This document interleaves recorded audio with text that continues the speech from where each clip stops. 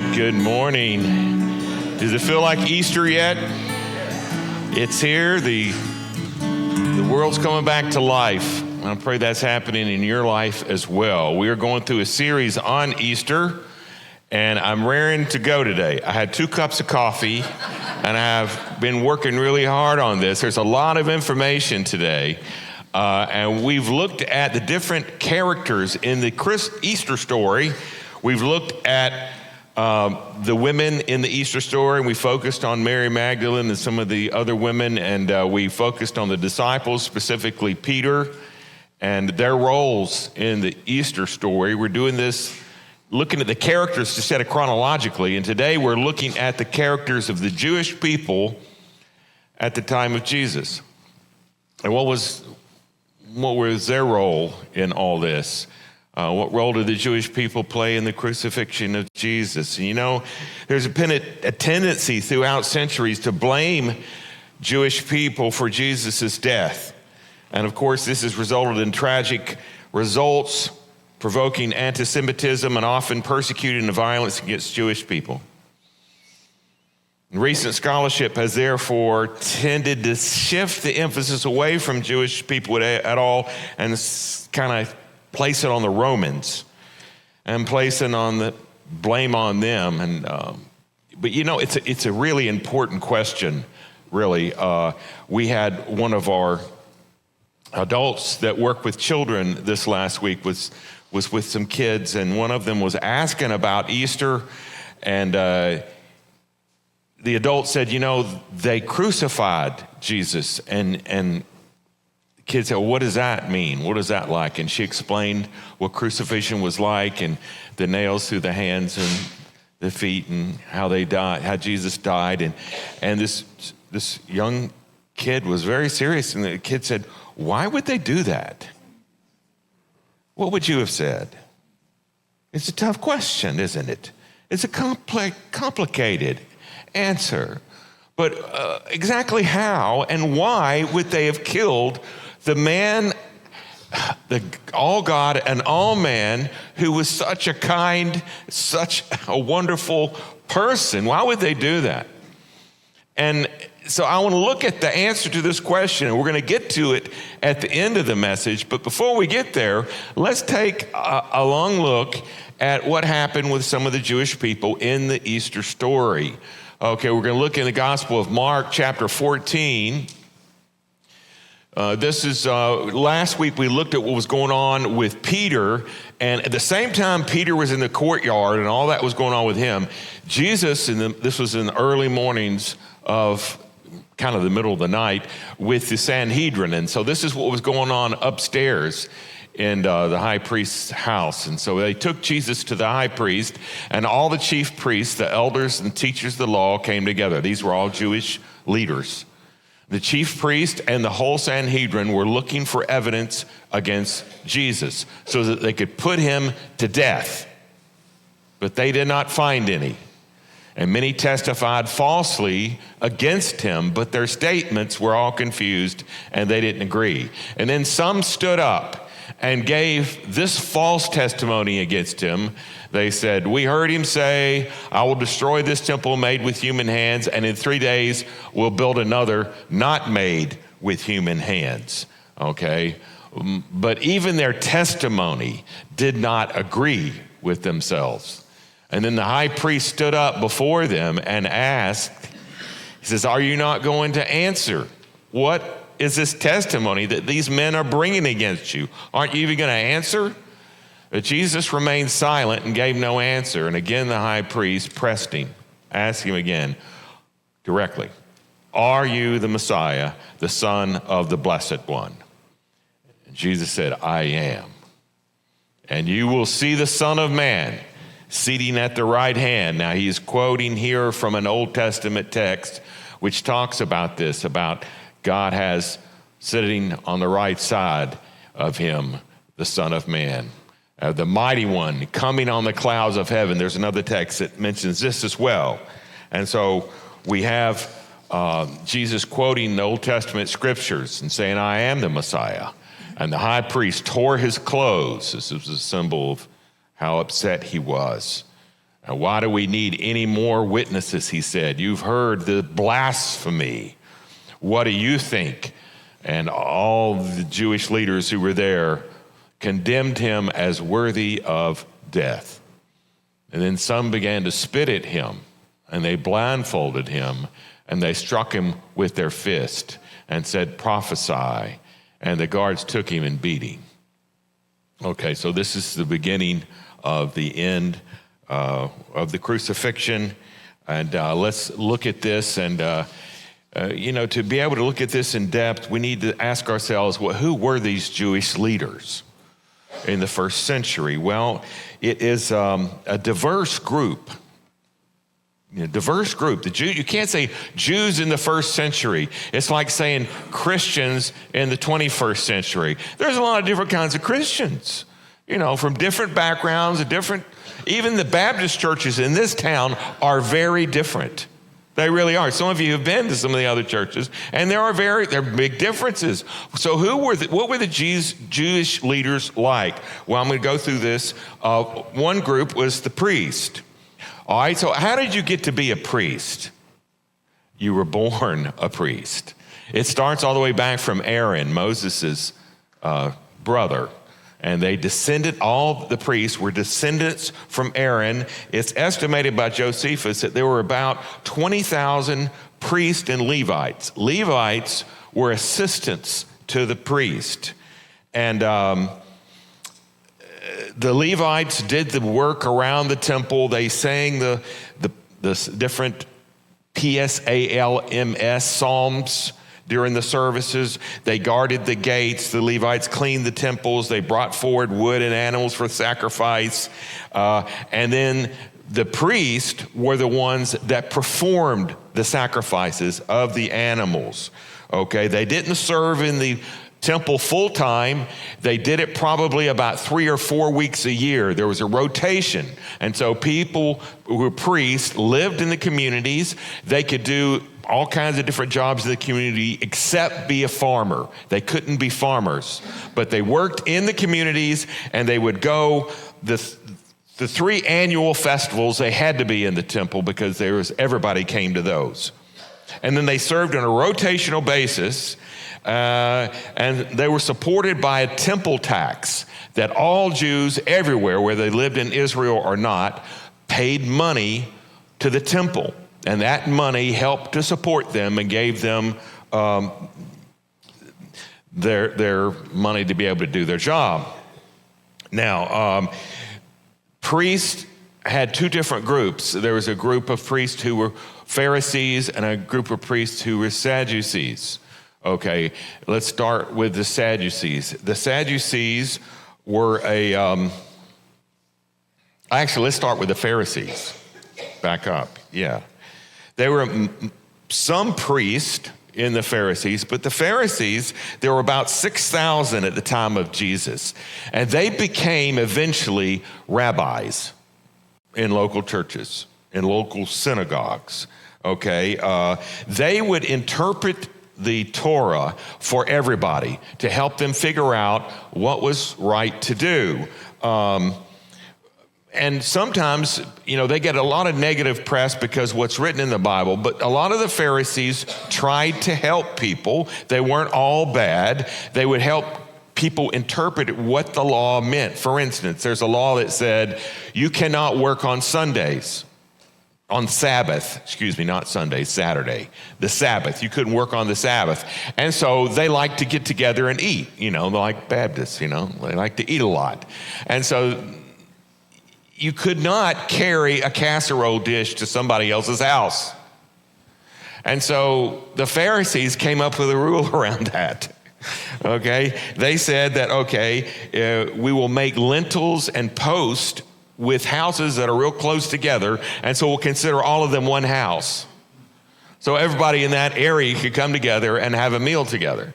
And so the Pharisees help people figure out, well, how does this make sense? How does this law work out? All the details of the law. And so the Pharisees did that. And there was about, there wasn't as many priests. Pharisees as priests. There's about 6,000. They're the only ones who survive after 70 AD, by the way.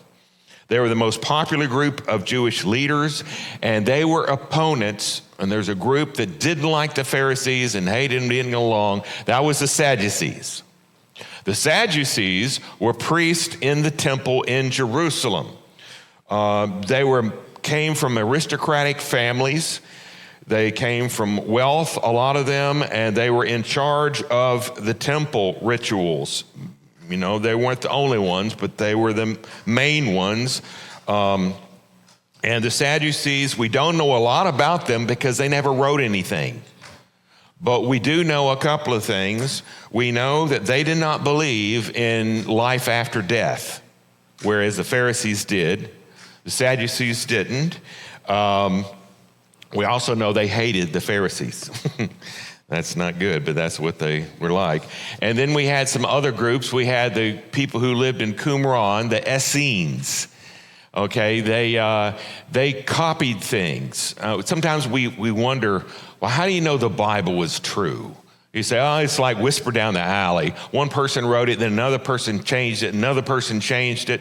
Well, whisper down the alley, if only one person would do it, would work like that. But that's not the way the Bible was translated from generation to generation. You would have one person that wrote a new copy of it, while another person checked him, another person checked that person. So many people double checked.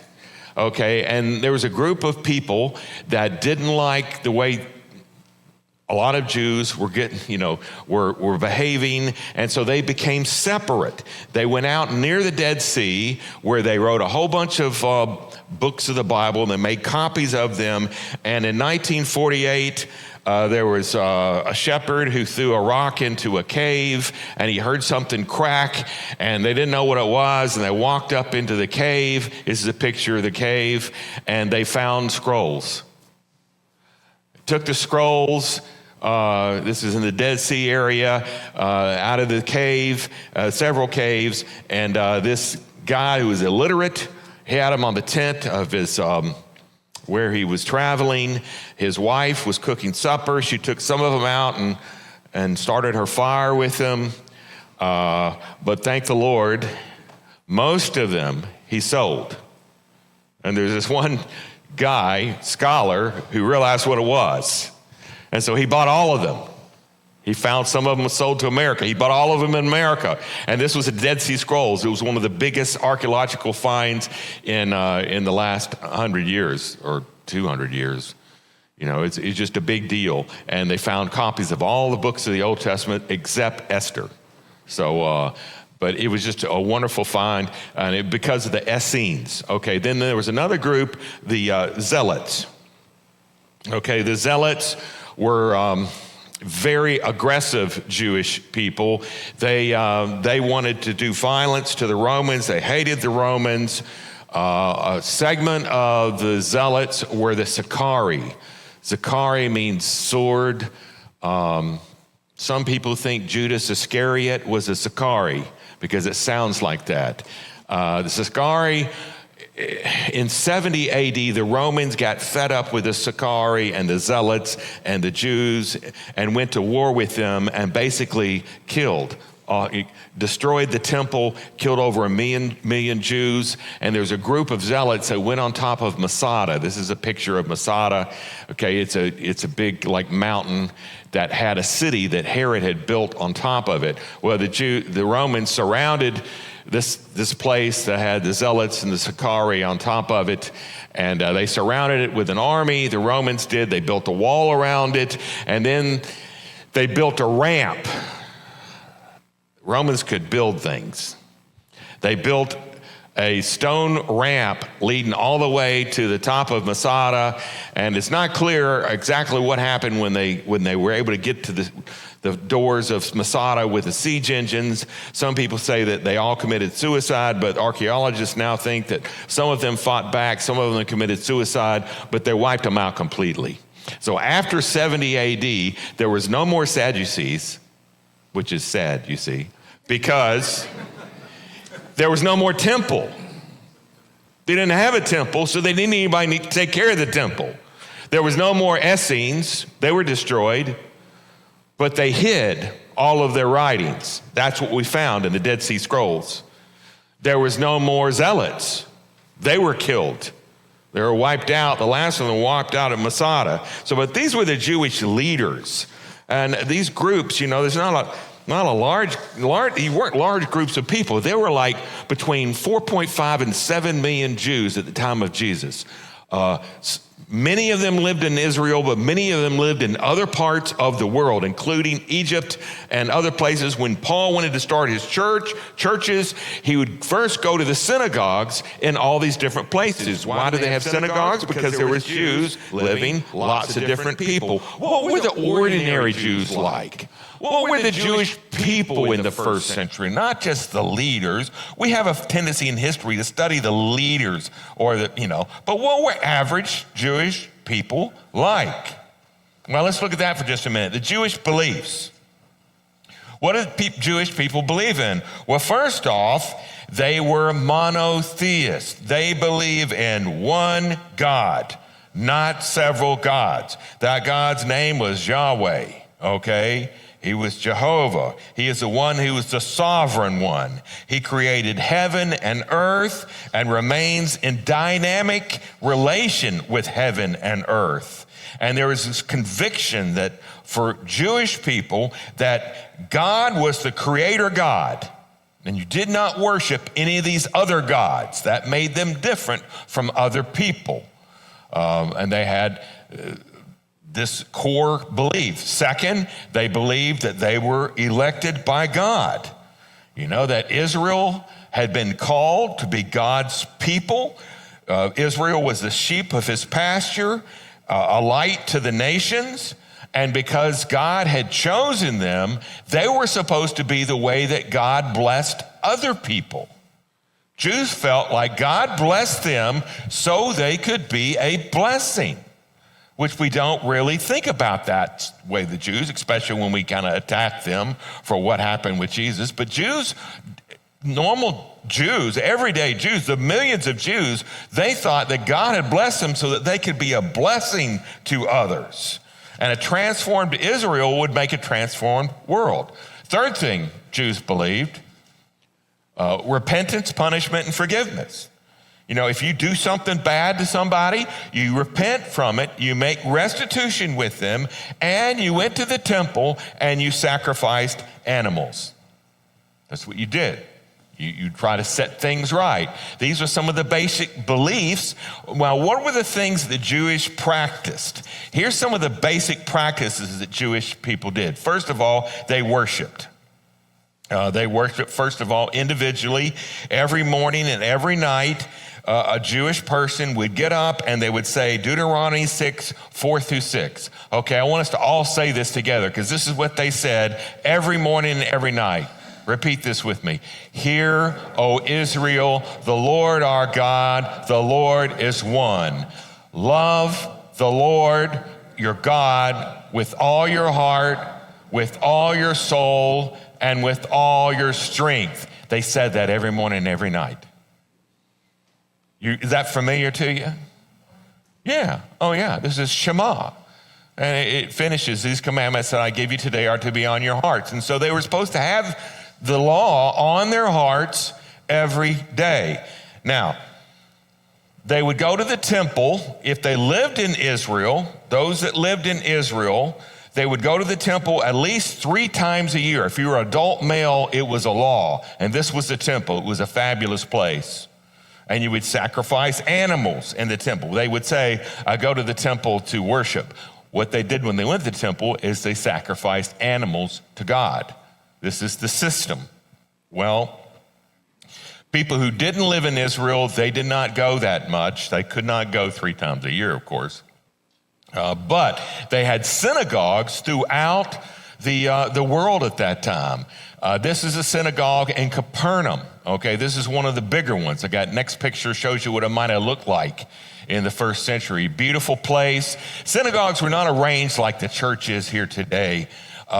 Synagogue, people would sit on the edges of the room in a circle. The speaker would stand right in the middle. The speaker was not paid. Rabbi was not paid, but was someone who studied the Torah a lot. They would come, they would read the Torah, and then they would open it up after you said a few words for discussion. Very interactive, not like church you're sitting today. You know, we have Sunday school for that kind of thing. Sometimes people talk back to me, but not like they would have done in the first century. But they would have a discussion. And if you were visiting a synagogue, sometimes if they knew that you were a person who knew the law, they would have you speak. It's not as regimented and organized as you would think that they were, but that's the way it was. It was a very interesting way that they worshiped. Second thing that all Jews did were they had circumcision. You know, Jews circumcised their infant boys. This goes back to the covenant with Abraham found in Genesis 17. Third, they kept the Sabbath. Okay, there was no work done on the seventh day of the week. Okay, that's what we think of as Saturday. It made it hard for them to serve in the military because they didn't, if you wanted to serve in the military, you weren't supposed to work on the Sabbath, but sometimes the military works on the Sabbath. But Jews would not.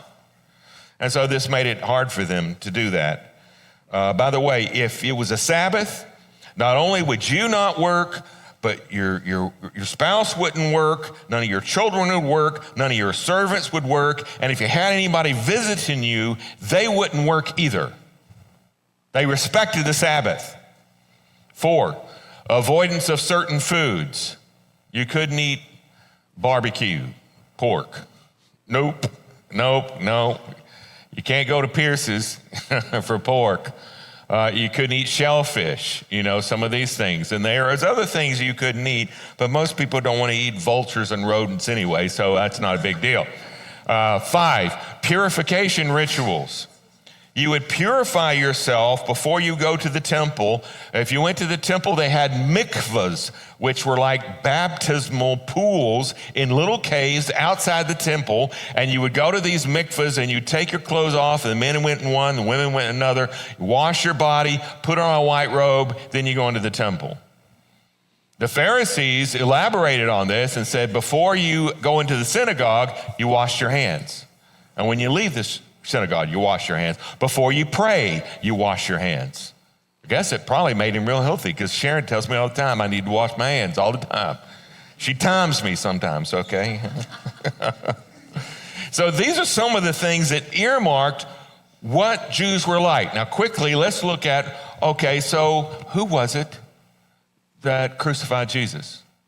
Okay, clearly I can see both the Jewish people and the Roman authorities played a part in Jesus' death. Look in John 18:31. Pilate said, take him yourselves and judge him by your own law. And they said, but we have no rights to execute someone. This is how you know it wasn't the Jews alone who executed Christ, because Jews, when they killed people, would stone them. They never crucified anybody. Second off, because of this verse right there that we're looking at, John 18:31, at the time of Jesus, Jewish people could not kill people. Romans wouldn't let them. And so they were presented to the Romans. Second, Jesus' teachings and actions did not really threaten Roman authority. I mean, when Jesus was questioned about paying taxes to Caesar, what did Jesus say? Give to Caesar what's Caesar, give to God what's God. Romans would have said, sounds good to me. Jesus said, love your enemies. When somebody hits you, turn the other cheek. He said, if a Roman soldier asks you to carry his pack 1 mile, carry it 2 miles. The Romans would have thought, sounds good to me. And so in many ways, Jesus' teachings did not threaten Romans. So the Romans by themselves would never have crucified Jesus. 3, Jesus would have been seen as a serious threat to Jewish leadership in the temple. 2 things particularly. When he went into the last week of his life, next week is Palm Sunday, we celebrate this, we remember this. He went into riding a donkey like a conquering victor into the town of Jerusalem, into the city of Jerusalem. That would have been a red flag for the Jewish leadership. Who does he think he is? Second, What did he do when he got in there? Mark 11, verse 15. On reaching Jerusalem, he entered the temple courts and began driving out there people who were buying and selling.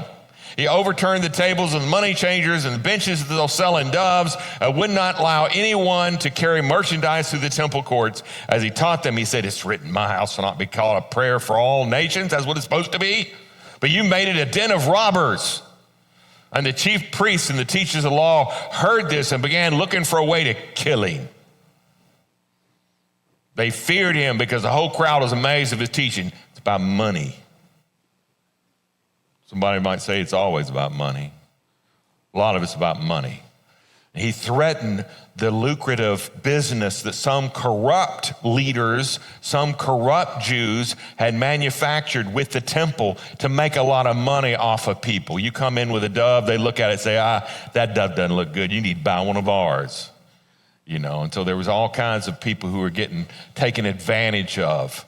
4, the Gospels describe Jewish leaders turning Jesus over to the Romans for crucifixion. It is there.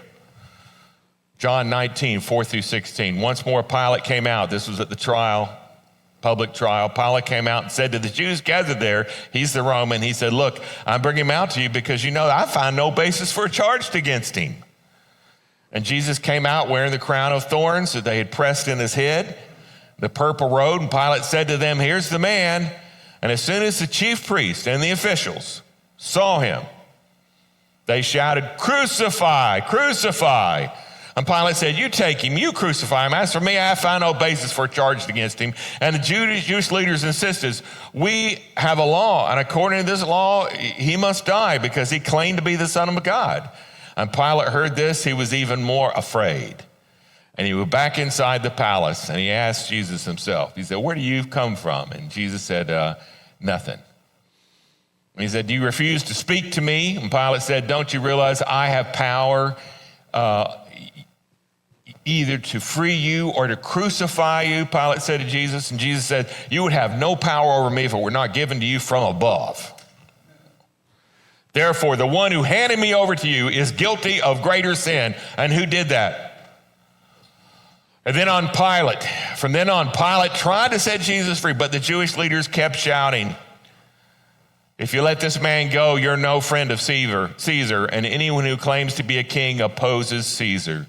And when Pilate heard this, he brought Jesus out and he sat down on the judge's seat at a place known as the stone pavement, which is Aramaic Gabbatha. It was a day of preparation for the Passover. It was about noon. Jesus said, here's your king. Pilate said, here's your king to the Jews, the Jewish leaders, and maybe others. And they shouted, take him away, crucify him. And Pilate said, shall I crucify your king? We have no king but Caesar, the chief priest answers, which doesn't sound like what the Bible teaches. Finally, Pilate handed him over to be crucified. And so the soldiers took charge of Jesus. Now you might ask yourself, well, why did Pilate give in to them and order Jesus' execution? Well, first off, it placated the Jewish leaders. They were up in arms. They were having a riot, and he was afraid he was going to lose his position. Pilate was, and the Romans would come in and take him out of office. And so it placated the Jewish leaders. It brought the peace. There was something called the Pax Romana. And that meant that when Rome, if anybody was going to fight, it would be a Roman soldier. No fighting. And they were fixing to fight, and this placated the Jews. Second, it eliminated any threat Jesus might pose. Jesus did ride into town through the gate. It was a donkey, but he rode in like a conquering victor, and he might be a threat. And third, by crucifying, it set an example. The way that he was killed made an example. We're going to make an example of him. So it really comes down today, how would we react if we lived when Jesus did? It's easy to point fingers at Jewish people back then, and the leaders, and the Sanhedrin, and Sadducees, and the Pharisees said they did it. What would have happened if we'd have lived then? Would you have gone along with it? You know, one of the things I think about in our country, how careful are we with the people that we elect? Do we just go along with things? Do you really stand up for what you believe in? If you don't want to repeat history, you have to learn from it. How many of us know all these things about what happened at the crucifixion, why it happened? This is important stuff. And so my prayer for all of us is that we might take the freedom that God has given us and use it. Use it to be who God is calling you to be. This Easter, don't just go along with the crowd. Don't just go along with the crowd. Listen to the Lord. Don't just go along with the religious leaders. You know, you have a personal relationship with God. Listen to him. Pray to him. Honor him. It's what God wants us to do.